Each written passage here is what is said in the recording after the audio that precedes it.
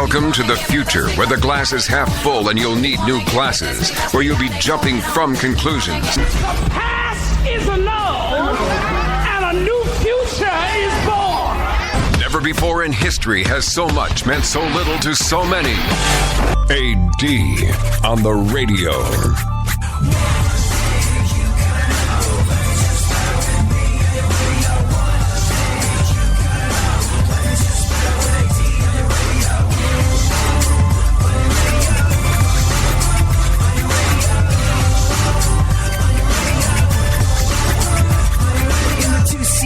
It's you and the senorita. Woofer blowing up the tweeter, cause it's me up in the speaker. Back in the mama seat, top down like a player. And the sound up in your ears, it is the dopest rhyme. Say I run a game like a cheater. So you still stinging? You still stinging from that unceremonious bending over by Uncle Scam known as tax time? Are you still hurting, smarting, afraid to sit down because of the pain? The fiscal rear ending you got in the not too distant past is currently affecting you sitting down. It's painful, and it's not because of your full wallet. Well, that is where you are not alone. I know so many people this year. I don't know why, and it seems a stark contrast to what was going on over the last couple of years. I know so many people this year are like, wait, what? Hold on, you're withholding my return? For what reason? You say I owe you money? Well, my tax forms have been exactly the same as they've been over the last couple of years. Okay. Or, I'm getting audited. Huh. That's strange because I've just done exactly the same thing I've done for the last 5 years since I started in this job. And now I'm getting audited. Huh. Now, there's that old expression, death and taxes. The two inevitabilities of life. But the thing about taxes that you forget, you spend so much time being afraid of the IRS. You spend so much time lamenting the fact that the better part of your paycheck goes to some nebulous quality that still hasn't managed to fix that pothole at the end of your road. You spend so much time stressing about that maybe you lose sight of the fact that your taxes pay for stuff. What are they paying for? What exactly do your taxes pay for? Well, I mean, every time you walk outside, I suppose you're enjoying the fruits of your own labors in a public space. There's things like road signs and things like traffic lights and maybe a public park, maybe a road. Oh, yeah, roads. Roads get you places, and those are funded by taxpayer money. And here's the thing. Your taxes go to things that you don't necessarily take account of every single day. I would much rather not pay taxes. I'd much rather pay significantly less taxes. Stay the hell off my lawn, keep the hell out of my business. I'll look after my own self. I've been doing it my entire life, and I do not need you coming in, dipping your hand into my wallet. I will decide when I'm going to make charitable contributions to social programs, and I'll probably make a lot more of them if I have a little bit more money to spend on them. Thank you very much. Get the hell out of my face. Government crony thieves that are going to rip me off every single April. Can you tell I've had some experience with this? Can you tell I'm perhaps a little bit embittered? But there are times where your taxes go to things that are essentially subsidizing crooked capitalism, crony capitalism. And there's many examples of this that we've talked about on the show in the past. Massive corporations that pay their employees, their full-time employees, little enough. And if I start to sound like a Bernie Sanders guy, just chill the hell out. This is not about picking political sides. It's not about right and left. This is about right and wrong. And the fact that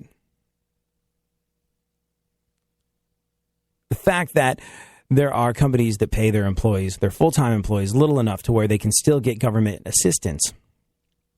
People that don't bilk the system, people that are hardworking, people that want more, that want better, that are willing to put their time in, that are willing to graft and grind and do something. There's people that are willing to do all of these things, get a job, any job, just to make their way in the world, that are working full-time and, like I said, getting paid little enough to where they can get some sort of government assistance. We've talked about examples of this on the show over and over again. And yes, 100%. You are responsible for your own actions. You're responsible for your own life. It is you that makes the decisions, you that makes the decision that controls how the rest of your day is going to go when you wake up in the morning. You're the captain of your own freaking ship. You have personal responsibility. That is the battle cry of this show. And if you are in a job that sucks so bad that you're being paid a small enough amount of money and you're full-time and you still qualify for food stamps, well, that is a message to you that you need to figure out what you got to do to get yourself up in this world into a different spot. But it does not excuse those who would burden your paycheck and subsidize their corporate needs through your hard work and your blood, sweat, and tears. And I came across one of the most egregious examples of this morning when I opened up the paper and found out what was going on in Tampa, of all places. We'll get into it in a little bit. Thank you so much for hanging out.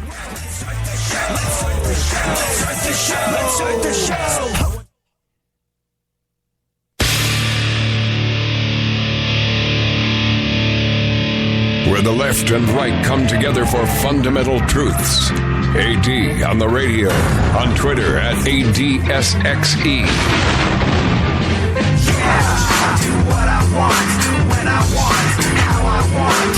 Every day you're going and working, running that rat race at that pace in that place will leave a bad taste for anyone, everyone working day after day. So buddy, I gotta say for you, there's gotta be a better way. Yeah, and you do what they told ya. Company man, feel it, a mindless little soldier. How can you live like that and maintain your composure before it's begun? Your life's already freaking over. Yeah, I do what I want, when I want. So you and I are going to talk about one of the most interesting examples of what I'm going to go out on a limb and call crony capitalism that I've discovered in a little while. And what's interesting about crony capitalism, this idea that your tax dollars are subsidizing businesses that really need no subsidizing whatsoever. And like I said, before you start calling me a Sanders supporter and before you start accusing me of someone who would divide equal amounts of wealth between people and take money away from those that have worked hard for it, no. Let's pull this one over to the side of the reality turnpike for a second. I just don't like working so hard and knowing that my paycheck is going to help other people that have nothing to do with my hard work and the fruits of my labors,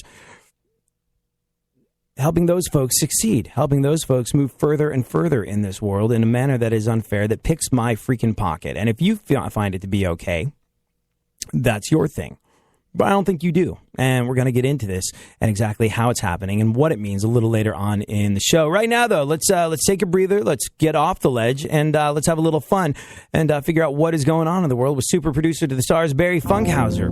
Funkhauser, how are you? This is My Witness News. In no way, shape, or form fair and certainly not balanced. And now, super producer to the stars, Barry Funkhauser.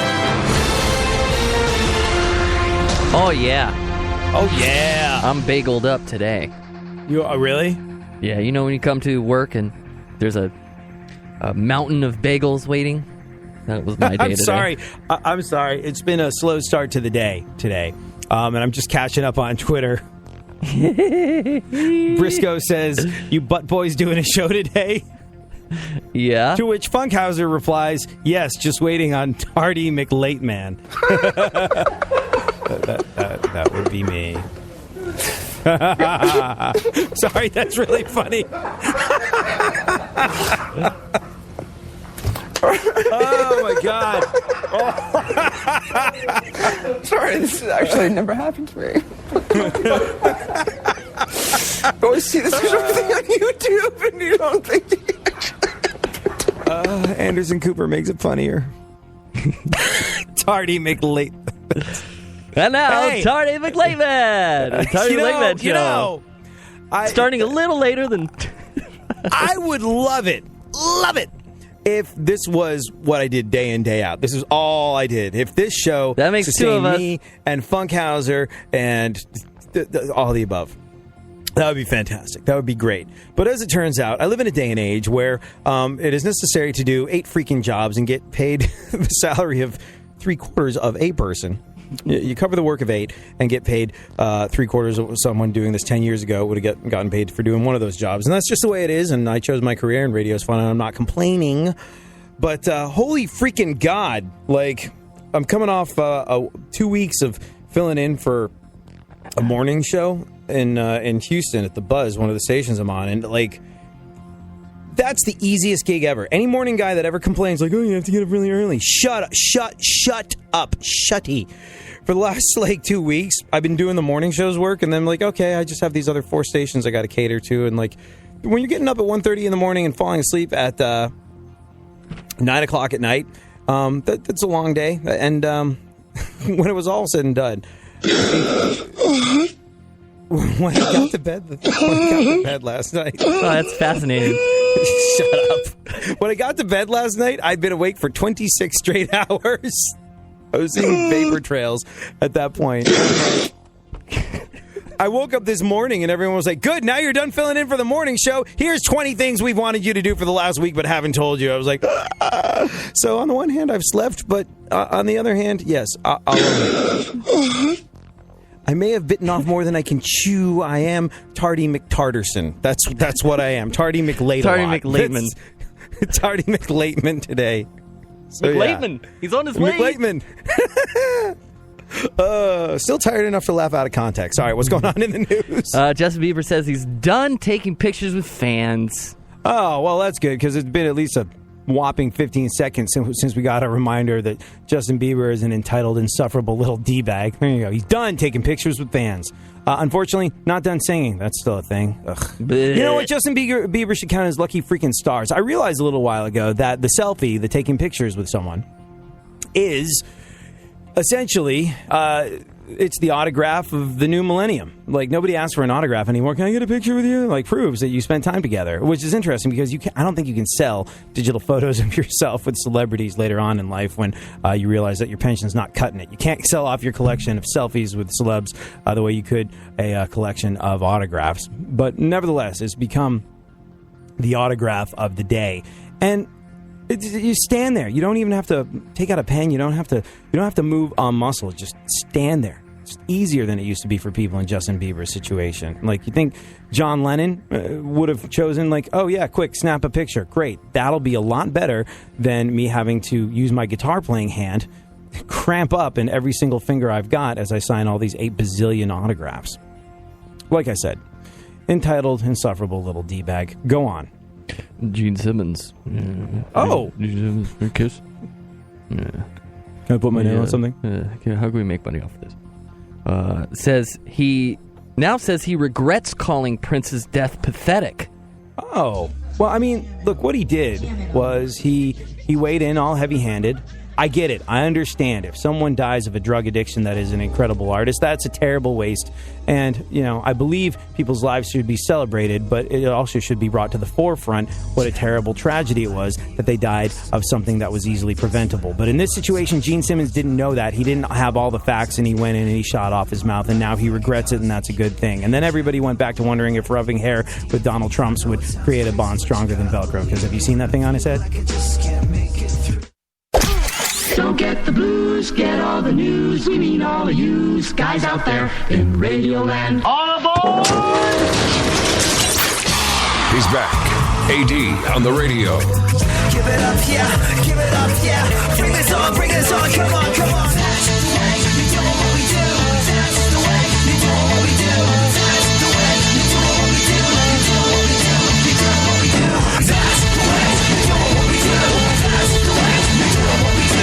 That's the way you do what we do. You do what we do. You do what we do. Well, it's a new one. Here I come again, coming again, taking it back to the place where I'm picking up the pen. And before I started, it's already a killer. When you know that you're good, I gotta say that it's a thriller. Hey, I do it. Bargain violence.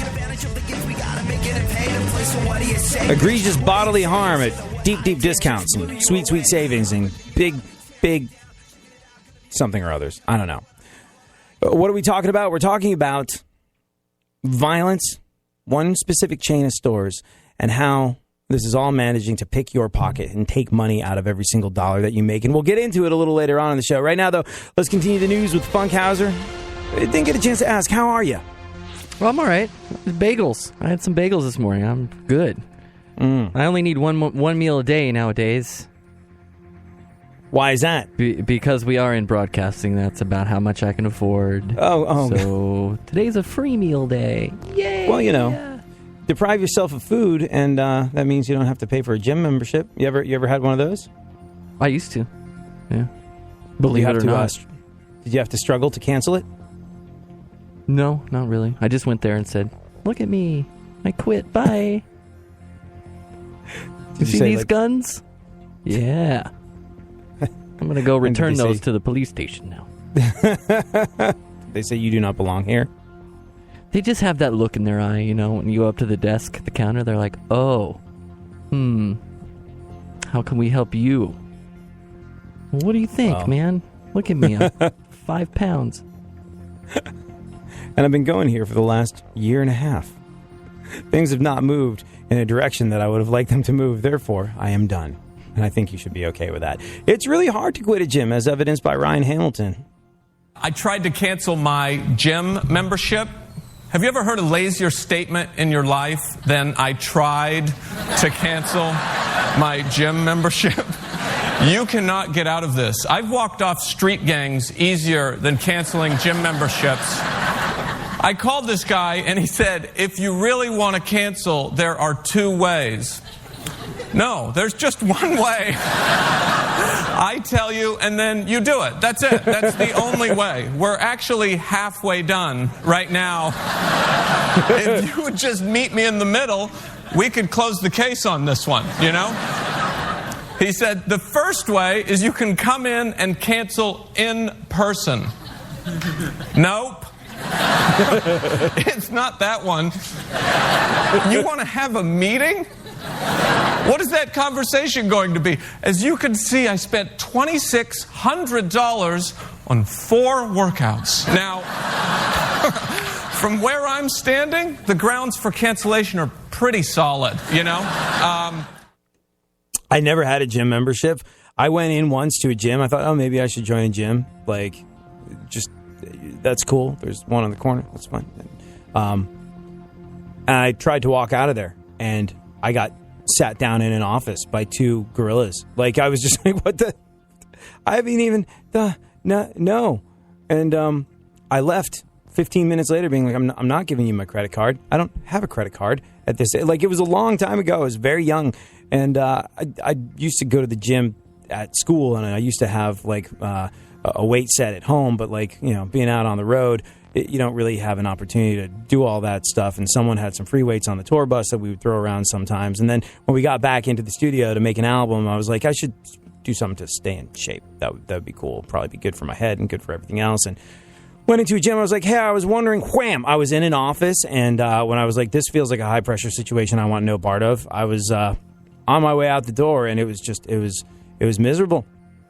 They made me feel like less than nothing because I wouldn't give them my credit card information. I was like, I don't have a credit card. They're like, yeah, you do. And is that really where you want to be in life? A no credit card having, not in shape guy? Yeah. I mean, if you're okay going through life like that, one of the guys actually said this to me, looked at my body and went, if you're okay going through life like that, I guess that's okay. I was like, it's crazy. Go on, Funkhauser, what else is going on in the news? Beyonce dances in puddles and kicks water into the crowd during her concerts, and some fans think that has magical powers. Yeah. Yeah. For example, it can turn lemonade into mountains of cash. Here's the thing. She's kicking the water around, and the fans think there's magical powers in that water. But for all we know, the magic could come from the saliva on her feet from Jay-Z licking them for the past month ever since Lemonade came out. Isn't he like releasing a response track? Like, you wrote a song called Lemonade about me cheating on you, and I'm going to give my side of the story. That to me says the relationship is done. Because, like, you know, either they are playing out the most incredible ticket-selling soap opera reality show that the world has ever seen in front of us, or the relationship is donezo, because you don't air your dirty laundry like that in front of people if you think you're going to be able to put stuff back together. I don't know. Go on. Johnny Manziel put his Cleveland area home on the market. Yep. No longer needs the home in Cleveland because he got fired from the Cleveland Browns. Oh. And Cleveland, I've got some friends that live there. It's one of the most livable places. I heard Cleveland rocks. Somebody told me that once. Cleveland rocks, and people like it, and everyone I know that lives there loves living in Cleveland. But it's not one of those areas that you vacation to. So if you're like, it's not a real popular destination. It's kind of like Houston. Like, I love Houston. Houston's a great city. It's one of the most livable cities in the world. The best restaurants in America are there, and this is actually like according to a new Zagat study or something like that. Houston has the best restaurants. Cost of living is dirty cheap. People say it's so hot, but really the entire city is centrally air conditioned. It's the best. Everybody has a pool. You can jump in. It's fantastic. The museums, the galleries, the libraries, all the art and culture and stuff that people assume Texas doesn't have, it has in spades, and it's an awesome and livable city. But it's not a real popular vacation spot. No one goes like, I'm going to go to Houston for my summer vacation.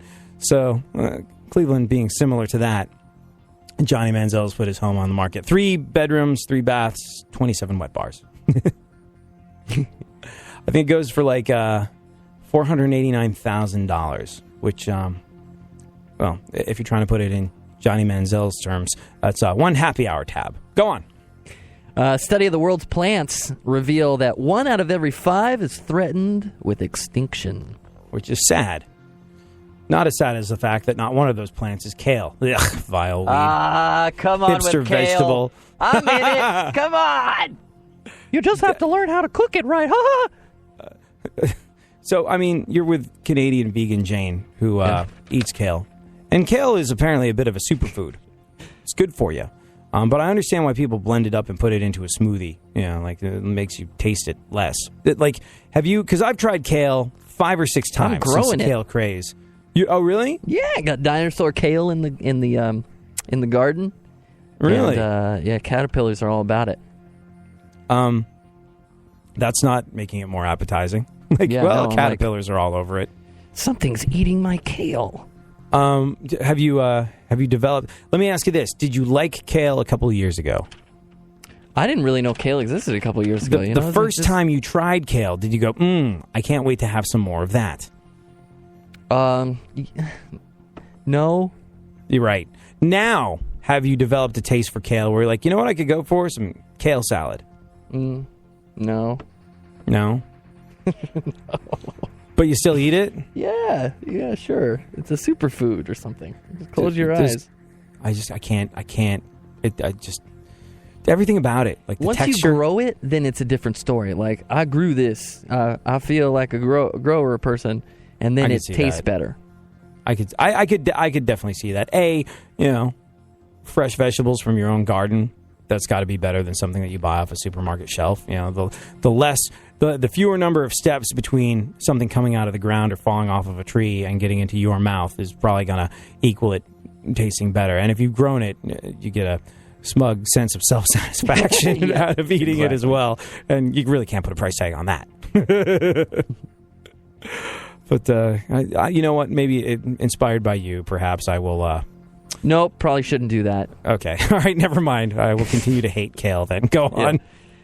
Man dressed as Captain America robbed a bank in Kentucky. Oh, what a coincidence. Dressed as Captain America robbed a bank in Kentucky. I can relate. Only because last month, 2 men dressed as Batman and Superman robbed me of $43 in 2.5 hours of my time. Yeah, they took over my fair city of Burbank. These masked anti-heroes. I wonder what it's like in that situation where, like, the movie, everybody I know, critics and public alike, universally panned it as being a dud, but it made more money than God. So, I mean, I guess, of course, the answer is you're going to make another one, right? You know, like Ben Affleck. I mean, Ben Affleck's writing his own standalone Batman movie, which I actually think is a good idea after seeing what he did in Argo. That was it, right? Argo, that movie? Yeah. Which all came from the mind of Affleck. You know, like, I think he adapted it, he directed it. It was like what a great movie. And I think, well, similar to kale, the less steps you put between Ben Affleck and the movie that you see on the screen, the better. Does that make sense? Does that metaphor hang together? Yeah. Cool. All right, go on. In India, I'm sorry. A statue of the Virgin Mary in Fresno. Oh, you know, I frequently confuse Fresno and India as well. Go on. What happened in A Fresno statue or in India? Fresno. Same thing. Yeah. Weeps actual tears. A statue. Oh, is that like the Virgin Mary statue in Fresno that's been crying? Yeah. Yeah. People are calling it a miracle. It's a miracle. Not that a statue cries, but that something happened in Fresno. Do you like Fresno? You spend much time I've there? been there before, yeah. If you had to compare it to another city, maybe one on the East Coast for those folks listening on the East Coast. I can't. I don't know enough about the East Coast. I can say Fresno, it's when like, I've been there, seems to be like the Wilkes-Barre, Pennsylvania of the West Coast. They call it the armpit of California. I don't think it's because of its location. I think it's because of its location. It's the Camden, New Jersey, and people in and around the Philly area, people that live in If you watch Jersey. a rerun of Cops, one of the 4 episodes is likely from Fresno. Right, then it is the Camden, New Jersey of... Camden, New Jersey. Camden, New Jersey is like... It's sort of like between Jersey... It's Jersey, technically, but it's right on the border of Jersey and Philadelphia. And I will never forget, and man, I'm not making light of people that live there, because it's really an area that seems to have some very serious problems. But there was this one time when the band was in New York, and we had a radio show in Philly, and we're like, well, we could either pay a whole bunch of money and pay for the tour bus driver to fire up the old Prevost and take us all down there, or we could just, grab one crew guy, throw some stuff in a van, and go. It's, hop, skip, and a jump away. New York to Philly, for a one-off, it's not necessarily worth motivating all the troops. So we decided to, go on a bit of an adventure and zip down there for this radio show. I think it was for WYSP back in the day. Maybe. Anyways, that's not important. What is important is that we got lost on the way to Philly and wound up in Camden, New Jersey. And so we're like 4 English guys with a van full of stuff that looks imminently stealable in a part of the world with no road signs whatsoever, where I'd only ever seen it in movies before, and, I hadn't lived in exclusively nice neighborhoods. I'd lived in some rough old hoods, but this was the first time I'd seen people warming themselves around barrels of burning garbage in the street. Like, oh, there's flames coming out of that oil drum of garbage. And, we're there in Camden, New Jersey, being like, I say, gentlemen, do you know the way to Philadelphia? We've got a show, don't you know? And we've got to get there for a gig. And literally a crowd of people started walking toward the van, and I was just like, floor it, go, go, go. And honestly, I feel like if we hadn't, we would have been in a very real situation. So yeah, maybe Fresno is the Camden, New Jersey of the West Coast. Crony capitalism and violence? Why? What fun that sounds like. We'll get to all of it when we get back.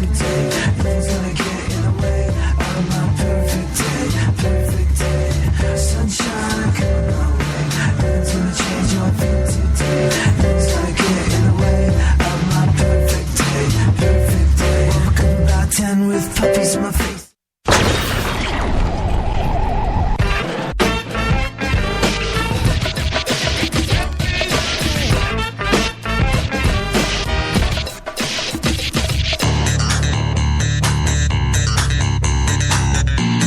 Now, more AD on the radio. Back once again, the ill behavior, delivering and giving you my musical savior. Back once again, it's your boy AD again. Nobody rock a party better than me. Back once again, the ill behavior, delivering and giving you a musical savior. Back once again, it's your boy AD again. Nobody rock a party better than me. All right, Funkhauser, let's do a couple more pieces of news, and then we will get into violence, a big box department store, and crony capitalism, and how it all ties together. Okay. In India, a woman in her 70s gave birth to her first little baby. Yeah, I saw this. This is like 70. We're not talking about Janet Jackson, are we? No, she's 50. Pregnant too. Oh. Yeah. This is fascinating. It's fascinating stuff. They're both in their 70s. This woman and her husband, they celebrated the birth of a baby boy. It was in vitro fertilization. First successful pregnancy in 46 years of marriage. They've been married 46 years, and they wanted to have kids, and they wanted to have kids, and they wanted to have kids. And finally, modern medicine caught up and allowed them to have something that is a bit of a medical miracle. Anyways, I don't know. How do you feel about this, Funkhauser? Because on the one hand, they've been married for 46 years and desperately wanted to have a child and realized that most hopeful of all things very late in the game, but they're still getting it. On the other hand, by the time the kid is 20, his parents will be dead is what they're going to be. Like, it's I don't know. Does it seem irresponsible? I mean, I guess if you're 70, you've had time to save and maybe make provisions for this sort of situation. I don't know. I can't. But is it irresponsible to have a child at the age of 70? I mean, who the hell knew it was possible? But what do you suppose? Yes. Yes. Okay. Like, no need to think about it. Yes, it's irresponsible to have a kid at the age of 70. But yeah, woman in her 70s in India gave birth to her first child. I hope this kid likes powdered milk. That's cheap. Go on. A one-armed Chinese man crashed his car when he answered the phone while driving. Arrested on one charge of impersonating a vaguely racist 1970s joke. Go on. Hillary Clinton, Hill Dog, she's in the news right now. You know who she is, right? Everybody, we were all aware. We were aware. She says that if she's president... I'd like to point out that even before Hillary Clinton started barking in public, you were calling her Hill Dog. I think this was incredibly perceptive of you. That is that Nostradamus-like ability that you have to be able to, I can see over the horizon. Hill Dog. Go on. What Hill she Dog say? says if she's president, she'll open the government files on extraterrestrials. Nice. Ooh. Yeah. There you go. Careful, Donald. Making a play for the wingnut vote. She's coming after your people, or at least some of them. She's going to tell us what Area 51 is about. I mean, that's huge. She's opening up the X-Files. It sounds like a desperate ploy, and really it is. But I think we're locked in the craziest, tightest-looking presidential race that anyone has ever lived through, I think. And it's crazy and it's tight because there's just this X factor of you just don't know. You just don't know what's going to happen. You don't. Only because, look, Donald Trump was a punchline to a lot of jokes when he talked about running for president in the last election cycle. And here he is, the guy, indisputably the guy. And also, what Donald Trump is starting to do is walk back some of the things that alienated folks early on in his campaign. If we have time, we'll get to that. But that whole, no Muslims get into the country, he's now saying that was kind of a suggestion, bit of a roadmap, kind of an outline, not a hard and fast rule. And, this is placating some people that went, that's just ridiculous and racist. And it's interesting. He's played it very well. And look, this is not uncommon. It's not uncommon for someone to get into the race and say all sorts of outlandish things to appeal to the base and then sort of drop some of that outlandish stuff when you are having to appeal to a broader variety of people. Look at Rand Paul. Rand Paul lined his... Rand Paul's a doctor. Rand Paul knows that homosexuality is not going to lead to bestiality. Rand Paul knows that legalizing gay marriage will not lead to people doing it with farm animals. It's just not a thing. But when he was thinking about making a run for being president, and when he was starting to go okay, I got some campaign finance to take care of, he said on a couple of occasions, slippery slope to bestiality when you legalize gay marriage. No, it's not. It's not. It's not. However, there were a lot of people that would go, take my money, after he said stuff like that. And if he'd stayed in it a little longer, I think he would have become a little bit more of a man of science and less of a Bible thumper. But straight off the bat, he really went hardcore religious, which I know a lot of Rand Paul fans were kind of freaked out by. But the prevailing wisdom was if he gets a nomination, you're going to see him back a lot of that stuff way down. So the whole Donald Trump being extreme to get some traction and then sort of chilling out on some stuff a little later in the game is not an uncommon tactic. But you really don't know what's going to go on. You really don't know what's going to happen. It's an interesting one because there's a lot of people on the Democratic side, and this isn't talked about much, but there's a lot of people on the Democratic side that are Hillary is not my candidate of choice, and if she secures a nomination, which it looks almost certain that she will, I'm going to vote for Donald Trump because he was a Democrat up until about a minute and a half before the election cycle started. So I feel like he's a better representation of the things that are important to me. And in the meantime, you have folks on the right that are abandoning the GOP because they go, oh, man, anyone but Trump. So, like, it really is anyone's race at this stage in the game. So, why not? Why not unlock the wingnut vote by saying, I will open the X-Files if I'm elected president? There you go. Okay. All right. Oh, wait a second. Super quick. What? Do you see why Sharon and Ozzy Osbourne are breaking up? It's the hairdresser. Right. But it's the hairdresser, and you and I had speculated quite a bit over the last couple of days since this came out that why would they break up now? They've been together for an eternity, and they had kind of like an open relationship in the past. It was well documented that Sharon Osbourne had some male companions, some of whom were, I think, in Ozzy Osbourne's band at one point. And Sharon told an interesting story of going to Japan and surprising Ozzy Osbourne and being like, hey, I know you have a thing for Japanese women, but if you could not be naked with one when I get to your hotel room in the future, that would be great. Thanks. So what was it? What was the straw that broke the camel's back in their relationship? I actually understand it. We'll get to it next.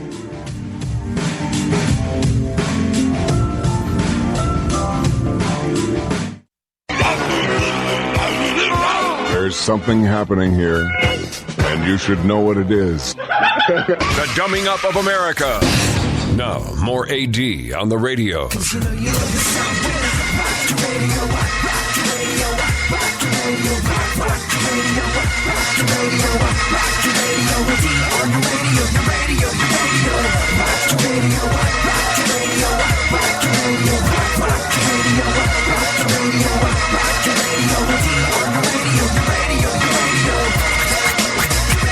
So if Sharon and Ozzy Osbourne, Funkhauser, if Sharon and Ozzy Osbourne have been together for a bazillion years, they have a relationship that survived him actually trying to kill her at one point. In a blind, drunken blackout rage, which he didn't remember, he attempted to take his wife's life. He woke up in a rehab facility, I think, strapped down to the bed because it had been determined that he was a danger to himself and others. And they were like, okay, you tried to kill your wife last night. And if their relationship came back from that, if they had a vaguely open relationship that sort of allowed and accounted for various marital infidelities, what do you suppose it was that was the deal breaker on this one? I don't know. It could be anything. Like, a lot of people break up after their kids are grown, and they just kind of wait for that to happen. Yeah, well, I mean, the Osbourne kids have been adults and out of the house for a while now. Adults is a loose term for what's happening. Yeah. Well, here's the thing, and it now totally makes sense. According to the folks over at US Weekly, Sharon Osbourne found about Ozzy's affair by checking his emails. Don't know if she suspected him first or if that's just something she does. Wouldn't surprise me. Like, man, what does his emails look like? 2-3 words, all caps. But he's like, she's his manager. It would make sense that she's his manager and his wife, which would totally allow for him to be completely an open book to her. You got to know all sorts of stuff. Like, that bond between a manager and an artist is an awfully close one. And I never really experienced, hey, these are things that you and I are both taking to our grave. But I heard stories. I know stuff. I know my old manager used to manage when I was in a band. Our manager had managed only humongous rock stars. Sadly, it gave him no way to understand the type of music we were making. But he'd managed Mariah Carey. He'd managed Hall & Oates. He'd managed Carly Simon. He'd managed a lot of kind of like really big deal 80s folks. And I'd heard stories. I knew of the existence of highly incriminating videotapes. Like, that's a very tight bond between a manager and an artist. And so it makes sense that she was in his email. Anyways, that's how she found out that he was having an affair with celebrity hairstylist Michelle Pugh, however you pronounce it, working at a salon in Beverly Hills at the time. This is where it all starts to make sense. This is where I totally get it, that Sharon would have been uber miffed. Turns out Ozzy according to Us Weekly, was basically supporting her, like financially. It's one thing to get smooth up with a female if you have an open relationship with your wife and you have for a really long time. But like if you have this empire that you built together, then just lopping off financial chunks of it and giving it to some random chippy hairdresser, that is that I can see where that would be the straw that broke the camel's back. And obviously Sharon hit the roof, and she and her daughter Kelly called the salon and bothered them constantly for 2 weeks to get in touch with her. It got so ridiculous that this woman lost her job, and Ozzy continued to support her. Anyways, Sharon's back on the talk. But so far, she hasn't actually said that Ozzy cheated. Ozzy only released one statement where he said that this breakup had nothing to do with his sobriety. So there you go. Now, it's not usually like us to cover tabloidy stories, but when you're in the rock community, it's Sharon and Ozzy. It's kind of like when your folks split up. It's this whole big weird thing. Anyways, a lot of people think they're going to work it out. I am one of them, and I am hopeful for them. Anyways. You get much money back when you did your taxes in April? Did you wind up looking at your paycheck at the end of every single month last year and going, it seems like I work harder than that? And then you go, well, at least this money's going toward stuff that benefits me. Yeah, a lot of it's not. Look, you got to have roads. You got to have road signs. You got to have traffic lights. You got to have public parks. And look, if you have free entertainment put on in a public park or something like that, and it's the sort of thing that you enjoy, well, that's really cool. And I can understand why some people are mad at that. I didn't pay for Jazz Fest to happen. Anyways, here's what boggles my mind, though, is when somehow, something like this slithers through and becomes part of the fabric of our society. When companies that are doing pretty well all by themselves manage to find a way to take money out of every dollar that I earn, that makes me angry. That will set the cat amongst the pigeons in my mind. And like I said, don't start equating me with some sort of pinko commie red Bernie supporter where I'm like, everybody must have equal things. And blah, blah, blah, blah. But when you find out that your paycheck, which might not even stretch to the end of the month, when you find out that part of it is paying for stuff like this, if it doesn't make your freaking blood curdle, I just don't understand it. Walmart's in Tampa, Florida, of all places, logged 16,800 calls to the police in a single year. This is one city. Tampa Walmart's, and I'm sure you could break out stats all over the rest of the country, but Tampa Walmart's logged 16,800 calls to the cops in a single year, averaging 2 calls per hour. 24 hours in a day. 2 times in each of those hours, the cops were called. What's interesting, I sat down, read the paper this morning, and caught a story, well, the digital version of the paper, by the Tampa Bay Times. And they found that when it comes to calling the cops, Walmart's in Tampa is such an outlier compared with its competitors, other stores in that area, that they started going, hey, what the hell's up with that? You got another store right next door. Same socioeconomic area, same statistics for crime. Yet they're not leaning on the cops the same way you are. Walmart? Huh. Interesting. And basically, it doesn't take a freaking mathematician to realize that all of a sudden, or maybe it's been little by little over time, but this seems to be one of the first instances I've seen of people becoming aware of it. Walmart seems to be shifting a lot of its security burden onto taxpayers. Go figure. Yeah, we could pay somebody or we could just call the cops. Take money out of everybody's paycheck and pay for our own personal security service. Local law enforcement officers emphasize that all the hours spent at Walmart absolutely cut into how often they can patrol other neighborhoods and prevent other crimes. And again, this is from the Tampa Bay Times, and they looked at thousands and thousands of records. They interviewed dozens of officers, and they took a good hard look at the impact 53 Walmarts in Tampa had on policing in the area. Officers logged fewer than 500 calls for violence, drugs, or weapons. They took roughly another 7,000 calls for potential theft, loss prevention, shrink, as they call it in the retail game. An even bigger category for these calls that Walmart's log in to the Popo: general disorder. Yes, call the cops. There's some general disorder happening in a Walmart. Go figure. Oh, no, not general disorder. We can't possibly expect it to deal with that ourselves. This is everything from, we suspect them of trespassing, parking violations, lost property, people sleeping outside stores. Roughly 9,000 calls on this stuff. Consumed hundreds of hours of officers' time. Hundreds and hundreds of hours of officers' time.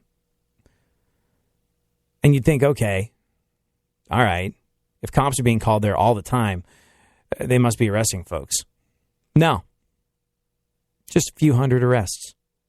16,800 calls to the police in a single year. Couple hundred arrests. Is the math starting to become clear to you on this one? Cops there know that Walmart is such a regular trouble spot that they routinely show up without being called. Let's just hang out here. Something's going to happen. We'll be close by. They basically just hover around the stores and parking lots to avert further issues. Kind of like a private security service would do at other retail establishments. I owned a store once. Part of the rent went to a security service. There was sort of like, an amalgamation or a real estate mogul that owned 3 or 4 different areas where you could put a retail establishment. I had one of them. Part of the money that we paid hand over fist in rent was to provide for a security service. And you know what? It was a good thing. It was a good thing. Especially like if you have employees locking up late at night and the parking lot's empty and there's some sketchy folks. You go, hey, this is what I'm paying for. I'm going to call a security service, and they're going to walk the employee to the car, and everything is fine and or dandy. But you know who paid for that? I paid for that. I was happy to do it. It's the price of doing business.